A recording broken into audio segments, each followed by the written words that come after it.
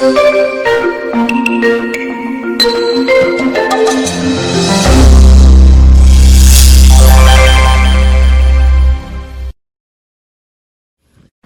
13:34. A new command I give you, love one another.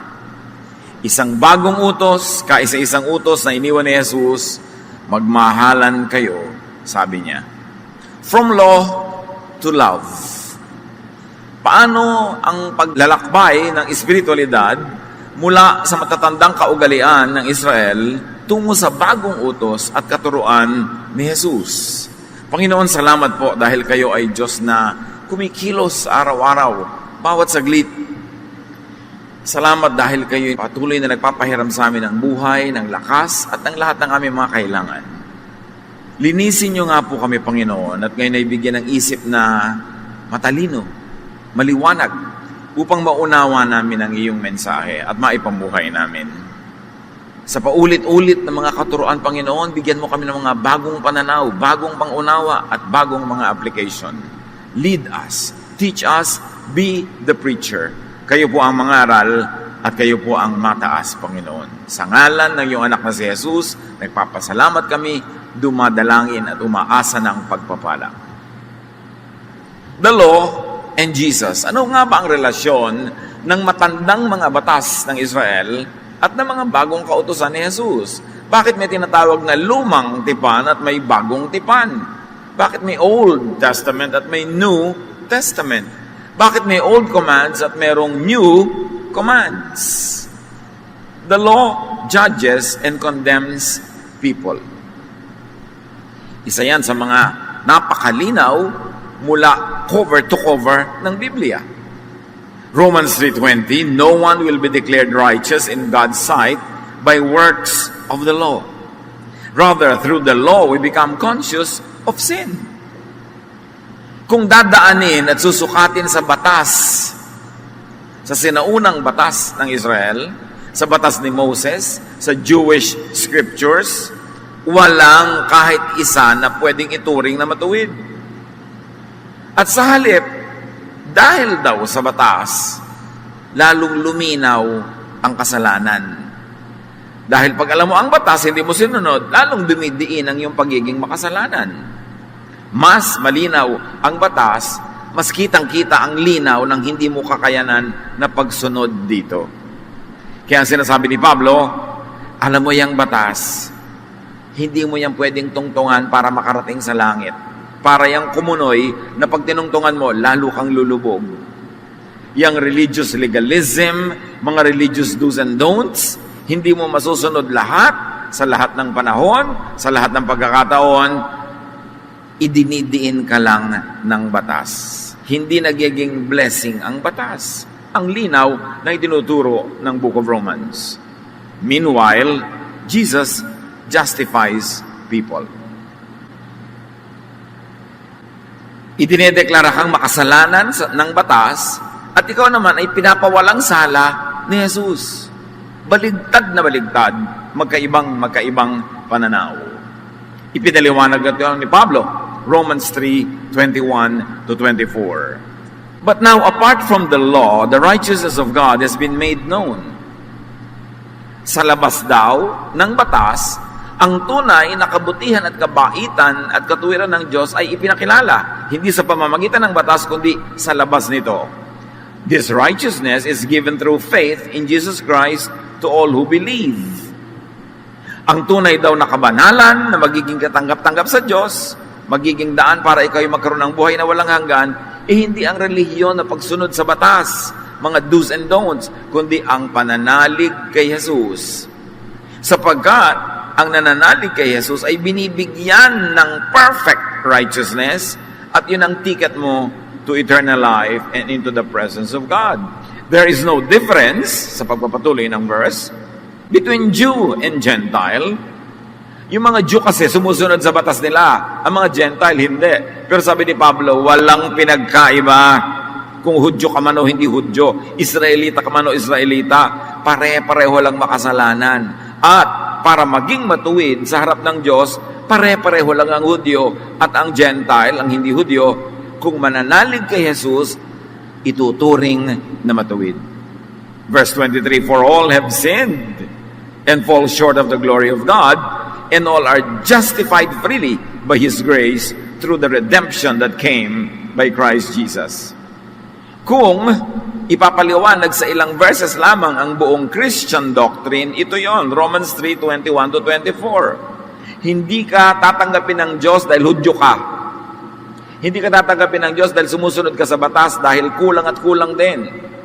Hindi ka rin i-reject ng Diyos dahil Gentile ka. Tatanggapin ka ng Diyos, ikaw man ay Jew or Gentile, Hudyo o hindi Hudyo, kung nananalig ka kay Jesus.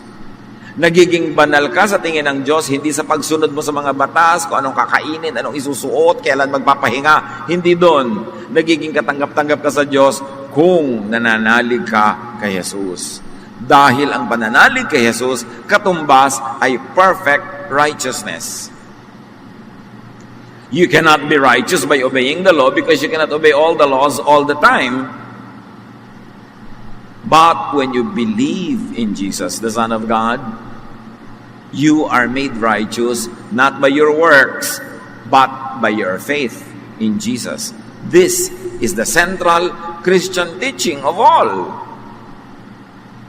So, kung aasa ka lang sa pagiging Hudyo, susunod ka sa mga Hudyo, makikihudyo-hudyuhan ka dyan, wala rin mangyayari. Ang mahalaga, manalig ka kay Jesus. Kasi sa pagsunod mo sa kanila mga tradisyon, lalo ka lang nadidiin, nare-reject ka lalo. Kasi talagang hindi ka qualified. Yun lang ang lumilinaw ng lalong lumilinaw sa pagtatangka mong maging banal sa pamamagitan ng pagsunod sa mga utos. Para ka maging katanggap-tanggap kay Jesus o sa Diyos Ama sa langit, manalig kay Jesus. Magkaiba ang law at magkaiba si Jesus. Yan ang hindi malinaw sa maraming Christian Kaya ginagawa nilang bulang lang, salad, pinaghahalo nila yung law at si Jesus. Nakakalito. The law rejects and excludes people who are unable to obey it. Dahil legalistic, black or white, sumunod ka o hindi ka sumunod, at pag kinapos ka, talsik ka, puwera ka, hindi ka kasali. Romans 2:12, "The law will be used to judge everyone who knows what it says." Can you imagine? Gagamitin ang batas ng Israel, ng batas ni Moses, bilang panukatan, panukat, pangtimbang, batayan sa mga taong nakakaalam sa law na yon. Kaya hindi pa lalo nagiging blessing to know the law. Lalo pang nagiging pahirap. Kasi pag alam mo, dun ka susukatin. Kawawa naman yung ibinabad sa law of Israel. Kasi dun din sila susukatin at walang papasa. Kasi, kung papasa na sila, bakit pa ipinadala ng Ama si Jesus? Kung tama na yung pamamaraan nila, ba't pa sila itinuwid ni Jesus? Itinutuwid ba yung tuwid? Itinatama ba yung tama? Nililiwanagan ba yung maliwanag? Itinama ni Jesus kasi madilim, kasi baluktot, kasi kulang. Anong ginawa nila kay Jesus? Pinatay nila. Lalong ipinakita kung gaano kalinaw na likong-liko talaga ang kanilang mga pananalig at ang kanilang mga pangangatwiran dahil nung itinutuwid sila ni Jesus, pinatay nila. Habang itinatakwil ng batas ang tao, Jesus accepts and includes people. Sa Israel, sa batas ni Moses, ang daming puwera. Puwera ang mga minorities, puwera ang mga babae sa maraming bagay, puwera ang mga bata, puwera ang mahihirap, puwera ang mga makasalanan. Ang daming puwera, konting-konti lang yung sa kanilang lipunan ay matatawag na in, katanggap-tanggap. Romans 15:7, "Accept one another then, just as Christ accepted you." Again, kabaligtaran. Kung itinatakwil ka ng batas, itinuturing ka makasalanan, itiwalag, tanggalin, Jesus accepts you. The law teaches and promotes cruelty and violence to people it condemns. Yun ang napakahirap sa mga batas ng Israel. Batas ni Moses, kanilang mga kaugalian. Tinuturuan nila yung mga nag-aakalang sila ay matuwid na magkaroon ng lisensya na maging malupit at marahas sa mga inaakala nila ay makasalanan. At ang effect ng law sa mga Israelites, the more legalistic, the more unkind. Kaya habang mas nagiging relihiyoso, mas pumapangit ang ugali. Mas lumulupit sa kapwa. Mas mahilig mamintas, manghusga, magtiwalag, magpuwera, magparusa. John 8:4-5. Then they said to Jesus, "Teacher, this woman was caught sleeping with a man who isn't her husband. The law of Moses teaches that a woman like this should be stoned to death. What do you say?" Isang malaking pagsubok kay Jesus. Tinatanong siya. Turo ka ng turo ng love. Lagot ka ngayon pag tinanong ka namin tungkol sa law. Niya, Jesus, ang linaw ng kautusan ni Moses, batas ng ating bayan, sino mang babaeng sumisiping sa lalaking di niya asawa, o lalaking sumisiping sa babaeng di niya asawa, ay kailangang batuhin hanggang magdugo, mamatay. Anong masasabi mo sa babaeng ito na nahuli namin?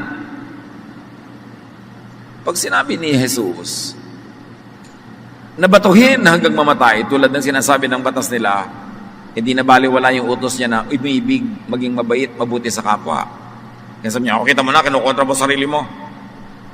Pero kung sinabi naman ni Jesus na, huwag batuhin, magkakaroon sila ng ebidensya na nilalabanan nitong si Jesus ang law of Moses, law ng kanilang bayan, constitution ng kanilang bayan, therefore pwede nilang idemanda, isakdal at patayin din si Jesus. Kaya akala nila, corner na sila ni Jesus. Kaya lang, alam naman natin sinagot ni Jesus. Sabi niya, okay, utos ni Moses, batuhin ang may kasalanan hanggang mamatay. O sige, kaya lang, dapat unang bumato yung walang kasalanan. Stroke of genius.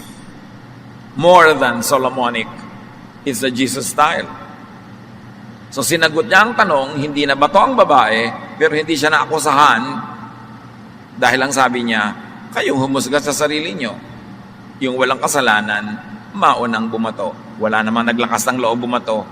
Bakit ang lakas ng loob nilang magbumato ng kapwa? Pag tinanong naman sila, ikaw ba qualified kang hindi batuhin? Wala ka bang kasalanan? Alam naman ng may kasalanan sila, bakit ang hilig nila mambato?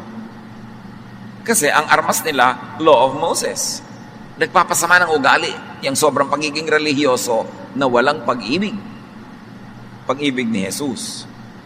Mark 2:23-24, one Sabbath, Jesus was going through the grain fields, and his disciples walked along. They began to pick some heads of grain. The Pharisees said to him, "Look, why are they doing what is unlawful on the Sabbath?"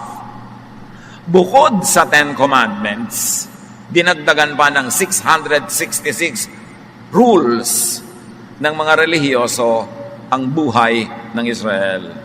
At isa doon, hindi ka pwedeng pumitas ng prutas man o anong kakainin kung Sabat. Mamatay ka sa gutom, ano ngayon? Mangisay ka dyan, ano ngayon? Malunod ka, ano ngayon? Basta bawal magtrabaho, period.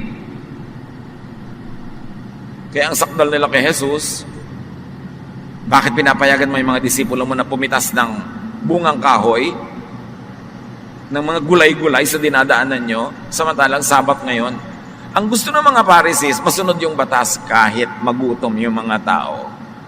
Nabulag na sila ng kanilang pagiging relihiyoso. But Jesus teaches and promotes kindness and love to people that the law condemns.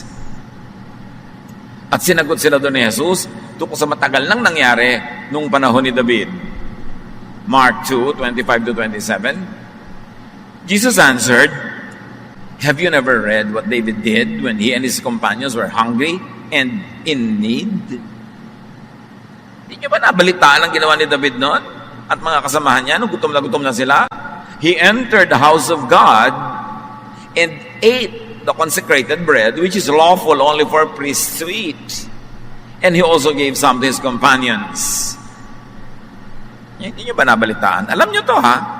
Si David, pinasok niya yung templo, yung tabernacle, yung house of God, yung tent, at kinain nila yung mga banal na tinapay na pari lang ang kumakain. Hindi naman nagalit sa kanila ang Diyos. Naging hari pa nga siya. Then he said to them, the Sabbath was made for man, not man for the Sabbath. Binigyan kayo ng batas na magpahinga sa Sabbath kasi inaabuso nyo ang inyong mga empleyado. Inaabuso nyo ang inyong mga alipin. 7 days a week nagtatrabaho sila. Wala na silang pahinga. Kayo man, mga sobrang adik sa trabaho, pinapatay nyo ang inyong sarili, kumita lang kayo ng higit at mas marami, namamatay na ang inyong katawan, kaya inutusan kayo ng Diyos na ang ikapitong araw ay ipangiling nyo, ipagpahingan nyo.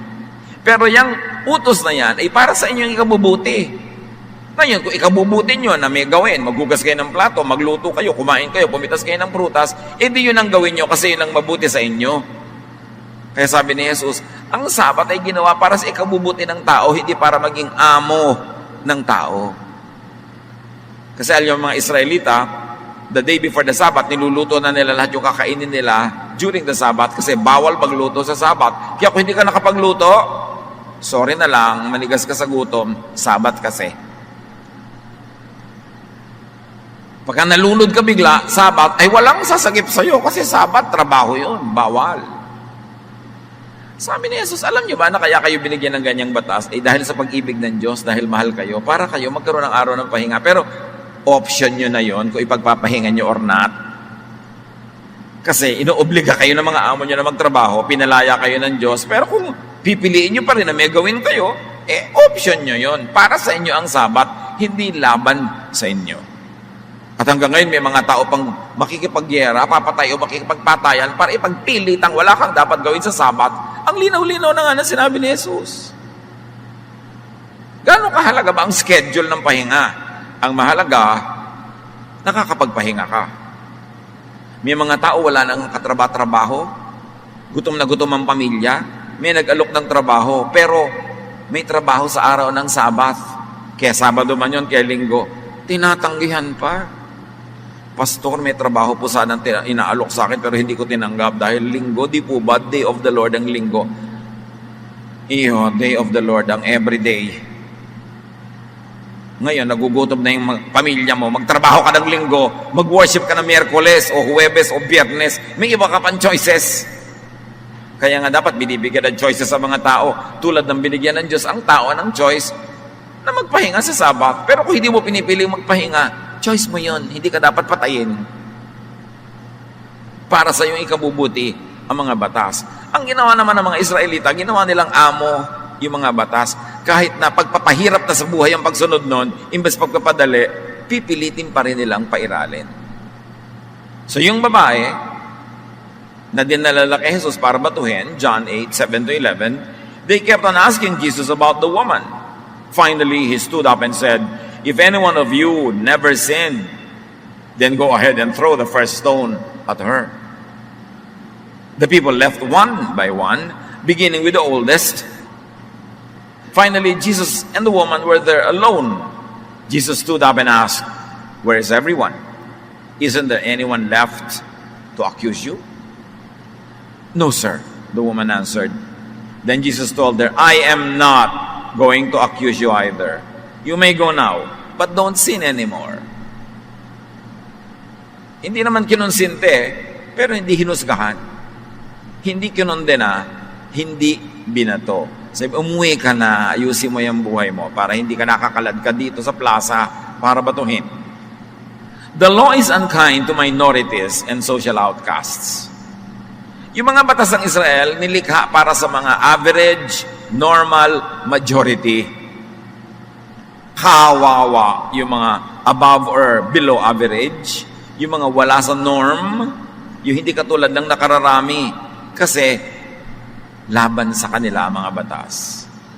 Pabor na pabor lang ang mga batas sa mga normalang buhay, majority, at maayos ang pamumuhay. Pero oras sa anggulo ng buhay mo, nagkakasala-sala ka na tuloy dahil nagugutom ka, kawawa ka sa batas ng Israel. Matthew 9:10-11. While Jesus was having dinner at Matthew's house, many tax collectors and sinners came and ate with him and his disciples. When the Pharisees saw this, they asked his disciples, why does your teacher eat with tax collectors and sinners? Kung susundin yung mga religious leaders ng Israel, di ka dapat makisalamuha, makihalubilo, makisalo sa mga makasalanan. So sa kanila, ang mga tao, hati, makasalanan at hindi makasalanan. Sino naman kaya ang hindi makasalanan? Lahat nga nagkakasala. Yung iba lang, pinanggigigilan nila yung mga kasalanan at yung lagi nilang idinidiin na kasalanan, pero yung mga sarili nila mga kasalanan, tinatago nila at ini-ignore nila. But Jesus is kind to minorities and social outcasts. Matthew 9:12 to 13, Jesus said, "It is not the healthy who need a doctor, but the sick. But go and learn what this means. I desire mercy, not sacrifice. For I have not come to call the righteous, but sinners." Yung mga pare ng Israel, yung mga religious leaders nila, sacrifice ang sacrifice. Nagbabarbecue ng mga hayop, para yung usok i-sacrifice. Patay ng mga hayop, nagpapatulo ng mga dugo, sacrifice, sacrifice, sacrifice. At marami silang personal sacrifices. Hindi sila kumakain ng ganito, hindi sila kumakain ng ganun. Ang dami-daming batas, puro pagtitiis, puro sakripisyo. Sabi ng Diyos, hindi ako na-impress sa sacrifices. Hindi yan ang hanap ko sa inyo na mag-offer kayo na mag-offer ng barbecue sa akin. Hindi ko hinahanap na pahirapan nyo ang inyong sarili, gutumin nyo ang inyong sarili, magtiis kayo na magtiis. Hindi yan ang gusto ko. Ang gusto ko, maging mabait kayo sa kapwa. It is not sacrifice that I seek, but mercy. Ang gusto kong makita sa inyo, mahabagin kayo sa mga taong kahabag-habag, sa mga kawawa, sa mga nagkakamali, sa napapariwara, sa dahil sa hirap, binebenta na ang sarili. Dahil sa pagkalito, nagkakawindang-windang ang buhay. At sa pagkakawindang-windang nun, lalo nagkakagiba-giba ang buhay niya. Gusto ko, kayong mga relihiyoso, makitang naaawa sa kanila. Hindi. Ang gagaling niyong magsakripisyo, ang gagaling niyong magritual, ang gagaling niyong magdasal, ang hahaba. Pero hindi naman kayo mabait. Hindi yan ang hinahanap ko sa inyo. Yan ang sabi ni Jesus. Anong akala niyo sa Diyos? Nasusuhulan ng mga barbecue? Natutuwa pagka nagugutom ka, ayuno ka ng ayuno? Pag may nakatapak naman sa paa mo, minumura mo? Dasal ka pa ng dasal kahit sa jeep? Pag may nakabangga sa'yo, kung irapan mo, kulang na lang, lamunin mo ng buo. Sabi ni Jesus, hindi impressive sa Diyos yung mga ganyang drama. Ang hinahanap lang niya ay isa, maigibigin ka dapat sa kapwa, maawain, matulungin. That is the purest religion. Kaya nga sabi ni Jesus, bilang isang pahimakas sa pagdadating ng paghuhukom, sabi niya, sasabihin ng Diyos, hali kayo, dito kayo mga mag-e-enjoy ng napakaraming gantimpala. Kasi nagugutom ako, pinakain niyo ako, nagiginawa ako, dinamitan niyo ako, nakakulong ako, dinalaw niyo ako, may sakit ako, inalagaan niyo ako. At sabi ng mga tao, kailan naman po namin ginawa yan? Pag ginawa niyo yan sa mga kawawa, ginagawa niyo sa akin, at yan ang ticket niyo para sa inyong eternal life. Hindi sinabi ni Jesus, hindi sinabi ng Diyos na mga batas, pagsunod nyo sa batas, sa mga do's and don'ts, ang magiging ticket nyo to your reward, kundi ang paggawa nyo ng mabuti sa kapwa. So be merciful instead of being experts at religious rituals and sacrifices. Jesus invalidates the unkind and cruel provisions of the law. Hindi naman lahat ng law ng sinaunang Israel ay masama. May mabuti. At vinalidate ni Jesus lahat yung mabuti doon. Sinala niya. Merong mga dapat ituloy kasi mabuti yon, katulad ng kabutihan sa kapwa, itinuturo din naman yun kahit sa Old Testament. Pero yung mga kalupitan sa pagiging relihiyoso, panghuhusga, yun ay sinala na at hindi na dapat ituloy pa. Sa Matthew 5:21 to 22, in fact, articulated in verses 28, 34, and 39, you have heard that it was said to the people long ago, but I say to you, sabi ni Jesus. At hindi na natin iisa-isahin yung mga sinabi niya. Ang buod lang ay ito. Akala nyo ito ang ibig sabihin ng inyong mga batas. Ipapaliwanag ko sa inyo, hindi yon ang ibig sabihin. Ito ang tunay na ibig sabihin. Nag-aakala kayo na ganyan ang application niyan. No, ito ang application niyan. So, ang ginawa ni Jesus, hindi niya binura ang lahat ng mga batas. Ibinigay niya ang tamang pagbasa, tamang interpretation, tamang application. At ano yon? Yung loving, yung kind, yung merciful application. So, paano mo malalaman ngayon kung tama ang interpretation mo sa Bible? Maka-Jesus ang interpretation mo kung sa pag-i-interpret at pag-a-apply mo nito, ikaw ay bumabait. Na ang ginagawa mong paglalapat sa buhay ay pampabait, hindi pampasungit. Na sa kababasa man ng Biblia, mas nagiging maibigin ka at mabait sa kapwa, hindi mapanghusga at masungit at mapambato, doon mo malalaman kung tama ang iyong interpretation. Jesus gave rest from the burden of the law. One of the most important teachings of Jesus and statement of His mission, Matthew 11:28-30. Come to me, all of you who are weary and burdened, and I will give you rest. Hindi ito sa trabaho, ha? Rest from the law of Moses. Rest from the law and the traditions of Israel. Pagod na ang mga tao. Kahit anong gawin nila, kulang at kulang. Kahit offer sila ng offer, kulang pa rin. Kahit anong pagsisikap nila, mali pa rin sila. Babatuhin pa rin sila. Sabi ni Jesus, kaya ako dumating para ipaliwanag sa inyo na hindi naman dapat ganyan na attitude yun sa law eh. Nakakapagod, nakakapagpasungit. Dumating ako para kayo bigyan ng pahinga. Tigilan ninyo ang kasusunod sa mga Pharisees na yan, nakakapagod. Verse 29, take my yoke upon you, not that of the Pharisees, and learn from me, not from them. For I am gentle and humble in heart. They are not. And you will find rest for your souls, not fatigue. For my yoke is easy, and my burden is light. Again, paano mo malalaman kung tama ang interpretation mo sa Bible, sa turo ni Jesus? Kung ang epekto sa iyong buhay ay gumagaan ito, dumadali, lumuluwag, napapahinga ka at nagkakaroon ng kapayapaan. Tama ang reading mo. Kasi sabi ni Jesus, my yoke is easy. Madali akong sundan. Pero Lord, hirap na po ako. Siguro kay Moses ka sumusunod. Magaan ang aking turo. Pero Lord, ang bigat-bigat ng mga dalahin kong religious teaching. Lagi akong guilty. Lagi akong kulang. Lagi akong masama. I hate myself. Gusto ko na magpakamatay kasi kahit anong pagpapakaban na lang gawin ko, hindi ko magawa. So, hirap na hirap ka sa iyong religion. Opo. Hindi ka sa akin sumusunod. Malalaman mo sa akin ka sumusunod pag nadadalian ka. Kasi ako ang nagpasa ng krus, hindi ikaw. So niya, my yoke is easy, my burden is light. Pero pagod na po ako sa religion ko. Hindi ka sa akin sumusunod because I came to give you rest.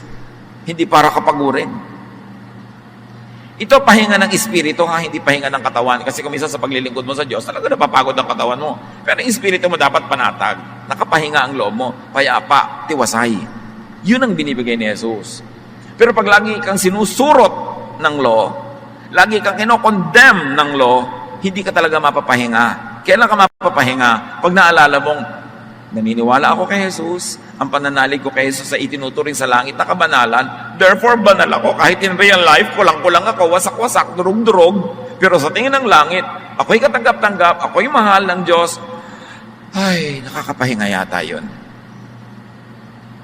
Kaya mapapahinga kay Jesus. Kaya ka natin itinuturo si Jesus, mga kabatid. Kaya tayo puspusan ang pagtuturo tungkol kay Jesus para yung mga pagod sa religion, mapahinga. May kilala ba kayo na napaka-religyoso, tapos pagod na pagod? Tapos nakakapagod din siyang kausap, nakakapagod siyang kasama, kasi nakakapagod ang kanyang interpretation at paniniwala. Laging umuwi sa bangayan, awayan, debate, hindi yun galing kay Jesus. Kaya dapat puspusan tayo magturo ng tunay na pagiging maka-Jesus. Yung maibigin, mapagpatawad, nakaka-relax yun, nakakapahinga sa iyo at sa kapwa. Bagamat maraming itinuwid si Jesus sa kabaluktutan ng paniniwala nila at interpretation ng law, Jesus also validated the kind and loving provisions of the law.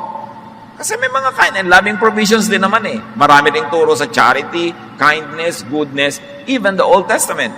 Pero dapat nga salain mo sa pamamagitan ni Jesus kasi merong mga hindi na dapat ituloy kasi pinigil na yun ni Jesus. Para ang tao mapahinga. Kaya sabi niya sa Matthew 5:17, "Do not think that I have come to abolish the law or the prophets. I have not come to abolish them, but to fulfill them." Sasabihin na naman ng mga legalista, mga Pharisee, o kita nyo na, fulfill ni Jesus ang law. Hindi lahat. Sinala niya. Merong itutuloy at merong hindi na. Jesus defines the essential application of the law, and that is love. That is the Jesus filter. Love. Pag hindi loving ang application, wag nang i-apply. Pag hindi nakakapagpabait, wag nang sundin. Pagka nakakapagpabangis, nakakapagpalupit, wag nang pairalin. Kasi may filter nang inilagay si Jesus. Kasi kung lahat tuloy din naman as usual, ba't pa dumating si Jesus? Sayang naman ang pagod niya. May ginawa siya talaga. At yun ang dapat natin maunawaan. Sinala niya ang lahat ng kalupitan, nakapagpapahirap, nakapagpapapagod, nakakapagpapangit ng ugali ng mga kautosan. Matthew 22:35-40. An expert in the law tested him with this question. "Teacher, what is the greatest commandment in the law?" Magandang tanong. Sa dinami-rami-rami ng law, alin ba ang pinakadakila na dapat unahin? Jesus replied, "Love the Lord your God with all your heart and with all your soul and with all your mind. This is the first and the greatest commandment. And the second is like it. Love your neighbor as yourself. All the law and the prophets hang on these two commandments." Sabi niya, ang dami po nating batas. Alin ang dapat unahin? Huwag kayo malito. Dalawa lang ang batas, magkamukha pa. Ibigin mo ang Diyos, higit sa lahat. At ibigin mo ang iyong kapwa tulad ng pag-ibig mo sa iyong sarili. Lahat ng mga batas, diyan nakasabit. Pag hindi nakasabit diyan, ilaglag. Lahat ng sinasabi ng batas, lahat ng pag-implement ng batas, pag-interpret ng batas, dapat loving. Pag hindi loving, walang sinasabitan, ilaglag. Without love, the law falls down. Malinaw yun. And then Jesus teaches a new law. Love and acceptance of people. Kung yung dating tradisyon nila ay mapanghusga at mapagtiwalag, mapagpatalsik ng tao, ang itinuro ni Jesus, ibigin, mahalin, tanggapin ang kapwa dahil lahat kayo tinatanggap ng Diyos. John 13:34-35, "A new command I give you, love one another. As I have loved you, so you must love one another. By this, everyone will know that you are my disciples, if you love one another." Sabi niya, makikilala na kayo'y tagasunod ko kung kayo'y maibigin. Hindi kung mahaba ang inyong palda, mahaba ang inyong buhok, hindi kung itong version lang na ito ang Bible nyo, hindi kung ganito kayo paraan binautismo, hindi kung ganito ang kinakain nyo, hindi kinakain. Sabi, hindi yan ang pagkakakilanlan ng mga tunay kong alagad. Ang pagkakakilanlan na ito, kung nagmamahalan kayo. It's very revolutionary. Noon, kahit hanggang ngayon. Kasi maraming mga tinatawag na sarili na Kristiyano, pero actually follower ni Moses. Follower ng mga Pharisees. Kaya nakakalito tuloy ang Kristyanismo. Sabi tuloy ni Gandhi, "I like your Christ, but I do not like your Christians." Sabi kasi ibang-iba naman ng mga Kristiyano kay Kristo.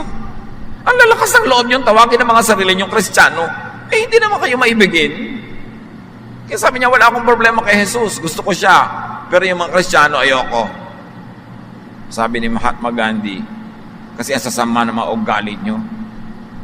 Jesus kayo ng Jesus, pero ang buhay niyo naman hindi.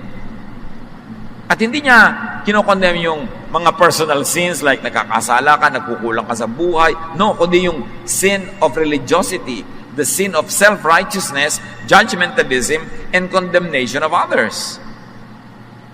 So Jesus gives a filter through and by which godliness is to be observed and taught. Love.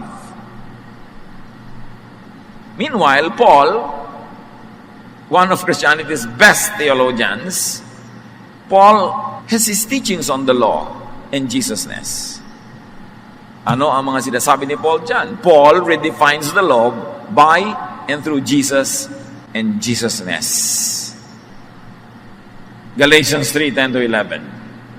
Anyone who tries to please God by obeying the law is under a curse. The scriptures say everyone who doesn't obey everything in the law is under a curse. No one can please God by obeying the law. The scriptures also say the people God accepts because of their faith will live. Sino man sa inyo ang nagtatangkang bigyan ng kasiyahan ng Diyos sa pamamagitan ng pagiging legalistic, pagsunod sa mga batas, nako, daig nyo pang isinumpa. Bakit? Kasi hindi nyo naman masusunod lahat yung batas na yan eh. Mabibigo kayo araw-araw, kawawa lang kayo.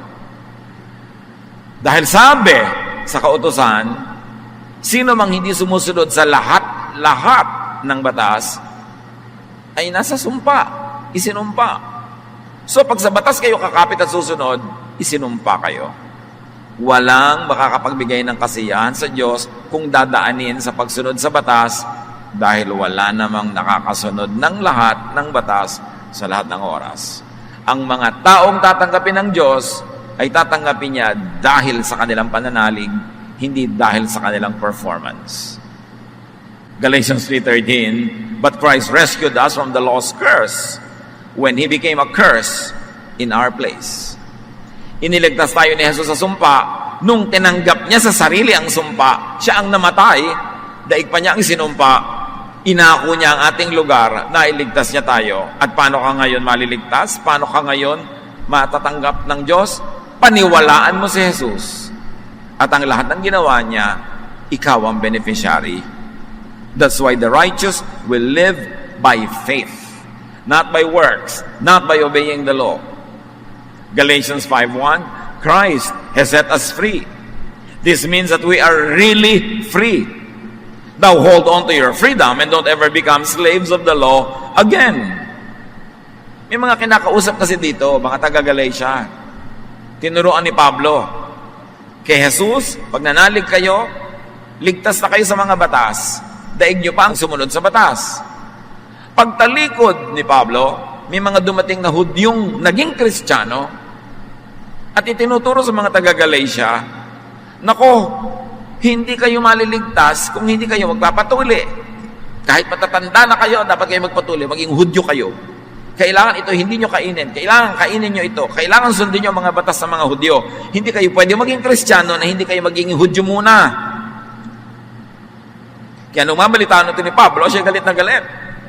Nanggagalaiti siya. Sabi niya, if anyone comes to you with the gospel, aside from the gospel we taught you, let that person be eternally condemned in hell. Sabi niya, kahit sino pang dumating sa inyo, kahit galing sa langit, galing sa impyerno, pag ang itinuro sa inyo ay kaligtasan sa pamamagitan ng pagsunod ng batas, isumpa niyo siya, sapagkat hindi yan ang naging kamatayan ni Jesus. Namatay si Jesus para iligtas kayo sa batas, hindi para kayo itali sa batas. Tapos Kristiyano na kayo, itatali na naman nila kayo sa batas. Ba't pa kayo naging Kristiyano? Yun ang laman ng Galatians. Basahin nyo yung buong buok. Kasi maraming ganun eh. Sabihin, sister, brother, or friend, tanggapin mo si Jesus. You get saved by faith. Walang works. Pagkatanggap mo, sabi niya, huli ka. Mula ngayon, works ka na uli. Pagkatanggap mo, tambak-tambak na works na naman, tambak-tambak na loss, tambak-tambak na condemnation and judgment. Anong ginawa ni Jesus? Di wala. Kaya nagagalit si Paul. Nasasayang ang kamatayan ni Jesus. Pag ang mga taong iniligtas niya, itatali mo uli sa laws of Moses. Dapat salain mo ang buong Old Testament sa Jesus filter. And that Jesus filter is love. Salain mo pati New Testament for teachings that are not loving, at yung love din ni Jesus ang iyong pairalin. Salain mo ang lahat ng katuruan ng simbahan ng 2,000 years past. Lahat ng kaugalian ng protestante, katoliko, anumang sekta na tumatawag kay Kristo, salain mo pa rin sa love of Jesus. At pag hindi pumapasa, hindi loving, hindi nagpapabait, sa isang tabi mo na lang, dahil yun ay isang tabi ni Jesus, para tayo mapahinga, para tayo mailigtas, hindi lang sa impyerno, kundi sa hirap ng pagpapasa ng relihiyon na hindi mo naman kayang pasanin. Kaya siya ay tagapagligtas. Napakabait. Napakabuti ng Diyos Ama na ipinakilala ni Jesus. Ang ipinakilala ng mga pari sa Israel, ng mga Pharisees, nila Moses, Diyos na napakahigpit, napakasungit, laging nagagalit, lagi kang masama. Kaya itinuwid ni Jesus yon. Sabi niya, yes, nagagalit ang Diyos sa kasalanan, pero sa akin na nga ibinunto ng galit para huwag na kayo maparusahan. Mahal kayo ng Diyos, maliligtas kayo hindi sa pamamagitan ng pagsunod ng mga utos tayo ng mga pare. Sa pagtanggap kay Jesus, itinuturing kayo ng Ama sa langit na banal. Kaya mag-relax kayo, magpahinga kayo. Yan ang dala ko sa inyo. Peace. My peace I give to you. My peace I live with you. I give to you a peace that the world does not give. Because I give to you a peace that is free, libre. Salvation is free, but it is not cheap. Because Jesus paid for it with His blood. Paul invalidates the unjust provisions of the law. Isa pa na nag-second demotion si Paul kay Jesus. Lahat ng hindi loving provisions of the law, isa-isang tabi na lang, huwag niyong pagpakamatay ang sundin o ipasunod sa iba. Galatians 5:2-4, I, Paul, promise you that Christ won't do you any good if you get circumcised. If you do, you must obey the whole law. And if you try to please God by obeying the law, you have cut yourself off from Christ and His wonderful kindness. Ito yung binabanggit ko. May mga nag-preach ng gospel sa mga Gentile. Alam nyo, the Gentiles don't get circumcised. The Jews get circumcised. The people of the book, like the Muslims, they get circumcised because they share traditions, old traditions with Israel. But the Gentiles, no. So may mga Hudyo na naging Kristiyano na nag-preach sa mga Gentile, tinanggap si Jesus ng mga Gentile, pero sabi ng mga Hudyong Kristiyano, dapat di kayo magpatuli. Hindi kayo maliligtas pag hindi kayo nagpatuli. Kaya si Paul na naman ang gagalaitin na high blood. Ako, si Pablo, pinapangako ko sa inyo, isinusumpa ko. Pag nagpatuli kayo, kailangang sundin nyo, hindi lang yon. Lahat ng 10 Commandments and 610 misvots. At pag hindi nyo nasunod lahat yon, lagot kayo, condemned kayo. So, ba't kayo magpapagod na sumunod sa isa? Hindi nyo naman susundan lahat. Sabi ganon, pag sinikap nyong lumapit sa Diyos, na ang tinutungtungan nyo ay yung law, yung tradisyon ng Israel, lalaglag kayo, walang mangyayari. At pinuputol nyo ang inyong relasyon kay Jesus, pag sinikap nyong maging inyo ang kaligtasan sa pamamagitan ng pagsunod sa mga kaugalian ng mga Hudyo.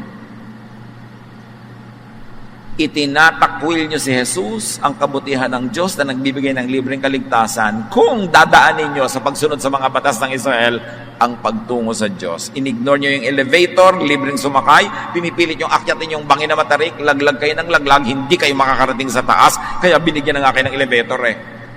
Kaya salvation na nga is by grace, not by works, because by works, you cannot achieve it. Galatians 5:5-6, but the Spirit makes us sure that God will accept us because of our faith in Christ. If you are a follower of Christ Jesus, it makes no difference whether you are circumcised or not. All that matters is your faith that makes you love others. Pag tunay kang naniniwala kay Jesus, hindi mahalaga kung tuli ka o hindi. Hindi mahalaga kung kumakain ka ng kosher o hindi kosher. Hindi mahalaga kung kumakain ka ng alamang o dinuguan, o walang puto o may puto. Hindi mahalaga kung nagbebelo ka o hindi. Mahaba ba ang iyong buhok dahil babae ka, hindi ka nag-aalahas. Hindi mahalaga lahat yan.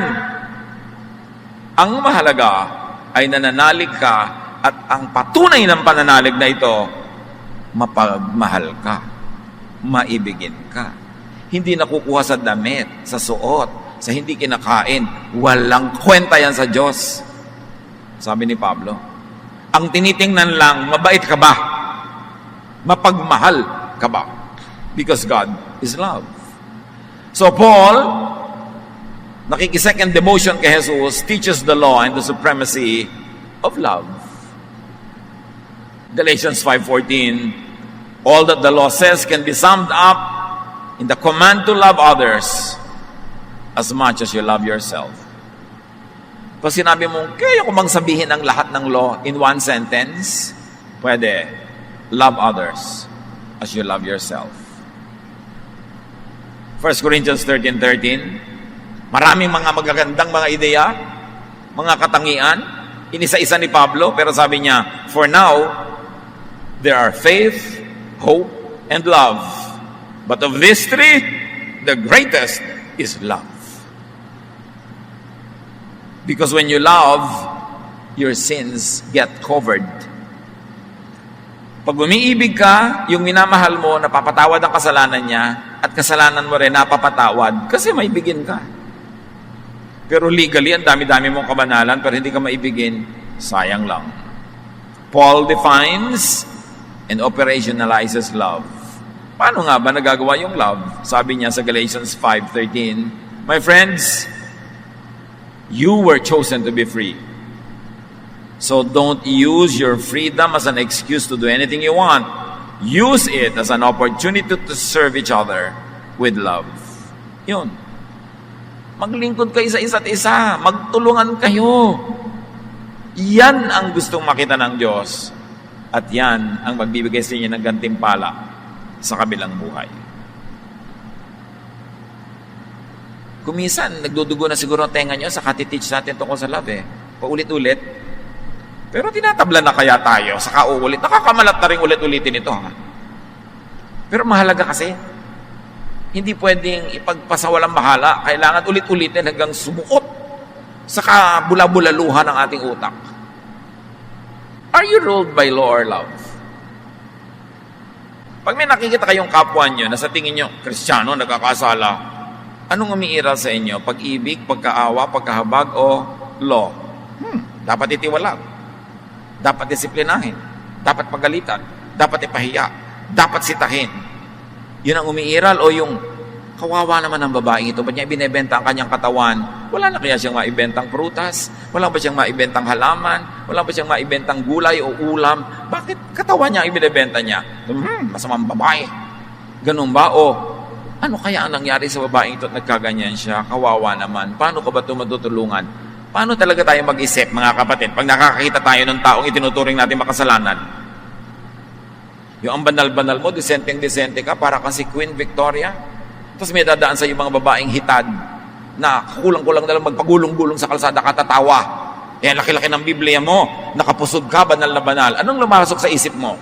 Masasagwang babae, malalaswa. O, kawawa naman sila, bakit kaya ganon? Ano talaga? Paano nga ba tayo mag-isip? Pag nakakita kayo ng mga taong sa tingin nyo makasalanan, hindi sumusunod sa mga kautosan ni Moses, gusto nyo parusahan, ipahiya, sitahin, o para kayong doktor na nagsasabing, ano kaya ang sakit nito? Malanggas nga ang sugat niya, mapainom nga siya ng vitamins, mabigyan nga siya ng gamot, maalagaan nga siya. Anong gusto nyong gawin? Pag nakakakita kayo ng taong sa tingin nyo makasalanan, doon nyo malalaman kung umiiral sa inyo yung love of Christ or the law of Moses. Do you apply love or the law to others? To yourself? Di ba sabi? Ito yung law. Love others as you love yourself. So itinuutos din, mahalin mo ang sarili mo. Kaya lang, huwag yung sarili mo lang. Mahal mo rin ang iba, tulad ng pagmamahal mo sa sarili mo. Pero mahal mo rin ang sarili mo. Pero kung wala kang ginagawa, kundi parusahan ang sarili mo, iniisip mo, makatutuwa ang Diyos, nagutom ka lagi ka nagfa-fasting. Kaya ka nga binigyan ng sikmura para ka kumain at tumunaw ng pagkain, lagi mong ginugutom. Dapat may mga tamang panahon lang, hindi lagi. Yung tinitiis mo lahat ang gusto mo, yung gusto mong bilhin, ayaw mong bilhin, yung gusto mong isuot, ayaw mong isuot, lagi ka sinisikil ang sarili mo, ayaw mong lumigaya, ayaw mong kumain ng masarap. Mahalin mo din dapat ang sarili mo. Do you live in fear and guilt because of the law? Siyempre, kahit anong gawin mo, kukulangin, dadapa ka, matutumba, madudumihan, matitilamsikan dahil nandito ka pa sa lupa. Tuwing nadadapa ka ba, nadudumihan, nagkukulang, lagi mong kinokondem mo yung sarili, pinaparusahan mo, nilalating mo ang sarili mo, galit na galit ka sa sarili mo, guilty ka. Pag ganun pang umaandar, hindi mo pa naiintindihan ang pag-ibig ng Diyos. Inibig ka niya, kahit ka ganyan. Iniibig ka niya, magkaano pa man ang mangyari sa iyo. Walang makapaglalayo sa iyo sa pag-ibig ni Jesus. Neither death nor life, nor heaven nor earth, neither angels nor demons, nothing can separate us from the love of Jesus. Tapos, sobra ka mang condemn sa sarili. Guilty ka lagi sa mga kulangan mo. Kaya nga namatay si Jesus dahil kulang ka eh. Kailan ka mapapahinga? There's a very thin line between pangungonsinti sa masama at pagtanggap na talagang magkakulang ako, kaya ako pinupuno ni Jesus. Pero dapat clear sa atin yung line na yon. Hindi mo gina-justify yung kasamaan at karumihan at pagkukulang, pero hindi mo rin no-overcondemn ang iyong sarili dahil namatay na si Jesus para sa iyo.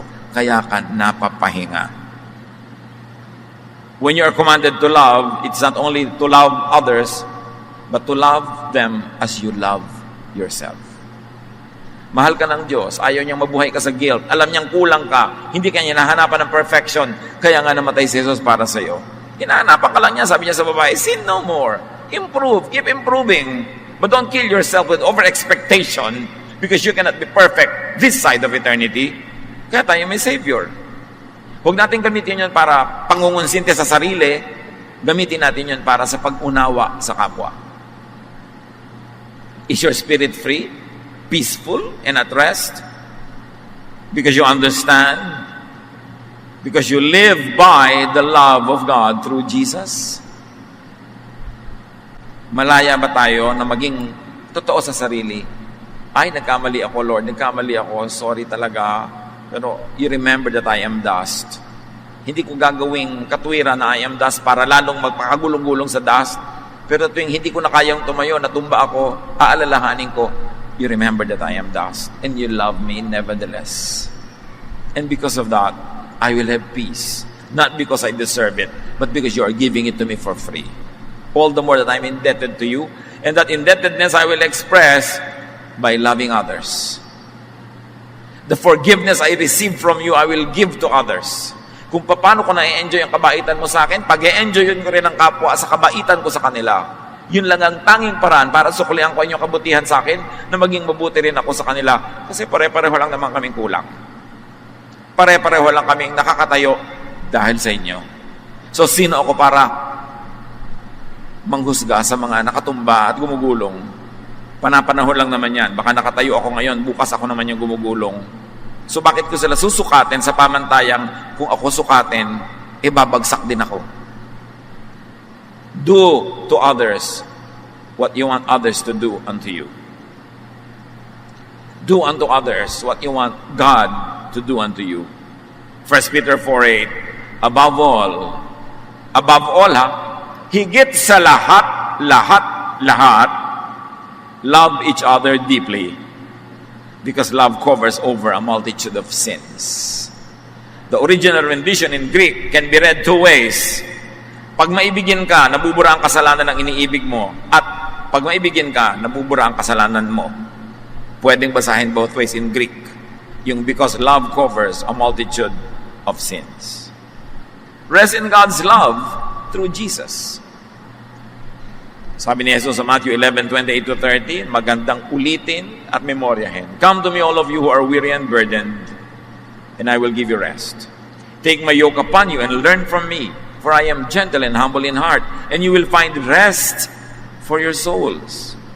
For my yoke is easy, and my burden is light. Masarap maging Kristiyano. At dapat ang Kristiyano, masarap kasama. Kung nasa tamang lugar ang ating puso, sumusunod kay Jesus, hindi sa laws of Moses, hindi sa laws of Israel.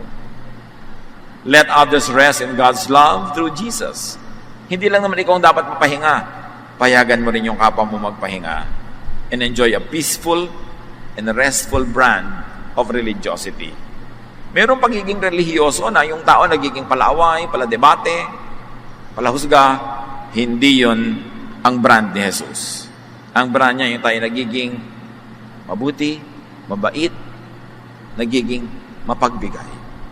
Panginoon, turuan niyo po kami. Unang-una, salamat po na recipient kami ng inyong kabutihan. Kami tagatanggap ng inyong kabaitan.